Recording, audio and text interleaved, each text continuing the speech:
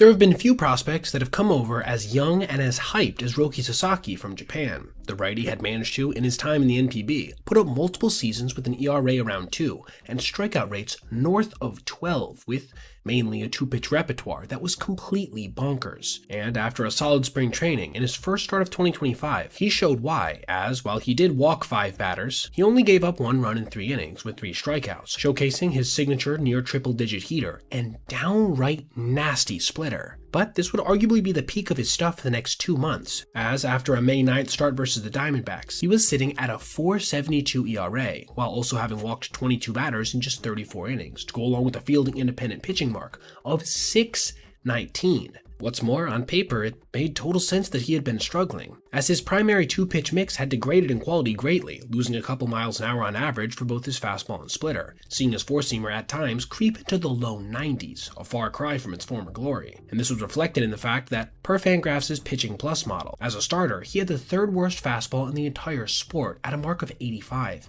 making it, essentially, 15% worse than your typical MLB heater. And this showed up in the stats against it as well, with him giving up 6 home runs and a slugging percentage north of 500, despite delivering only around 280 total pitches of this type. This meant that his splitter, which was certifiably nasty in every way, had less of an opportunity to play off that tunnel effectively, leading to less swings overall. After that last start versus the D-backs, in which he gave up 2 home runs in 4 innings, yielding 5 runs while not managing to strike out a single batter, he was put on the IL for a long stretch, apparently with a shoulder issue, but upon him coming back to throw in the minor leagues, it didn't really look like anything had been fixed, as he made 7 total appearances in which he threw 20 2/3 innings, giving up 14 earned runs with less than a strikeout per frame and 13 walks given up. But it was in one of these final appearances on the farm that something seemed to click. Inexplicably, he started throwing harder again, and I mean much harder, back into the triple-digit range from around 94, and this allowed him to absolutely take off, getting enough swings and misses in his final couple appearances that he got called up in time to pitch in 2 games before the season ended, both coming in the 7th inning versus formidable lineups. He couldn't have done much more to impress the Dodgers brass than by giving up just 1 base runner in those 2 frames, while striking out 4 batters, including AL MVP finalist Cal Raleigh, throwing 19 strikes out of 25 total pitches. His fastball as well, albeit in a limited sample size, was playing way up from that 85 pitching plus from before, all the way up to a mark of 121 as a reliever. This set him up to be an option for the playoffs, but his role would quickly morph from a late throw-in addition to him taking on a primary role, going 5 1/3 innings between the wildcard series and NLDS, with again just 1 base runner given up and 5 punch-outs. He ran into a little bit of trouble versus the Brewers, giving up an earned run in a contest that Blake Trinan had to bail him out in, but he still managed to close that series out with a scoreless 9th in Game 4.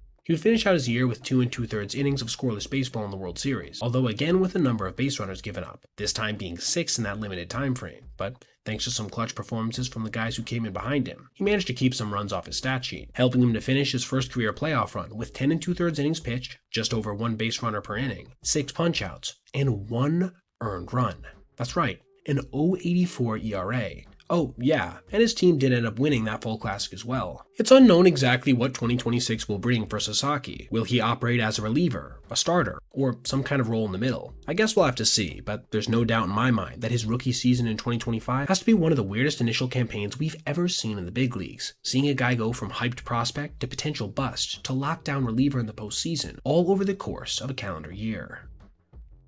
Alright everybody, if you made it this far, I appreciate you watching, and if you did, consider checking out any of these other videos on your screen right now for other content just like this. Also, if you ever see anything you'd like to see me detail in the video, feel free to reach out to my email, basebpoet@gmail.com, and if I end up using your idea, I'll give you a shout out. Thanks for watching. Have a great rest of your day.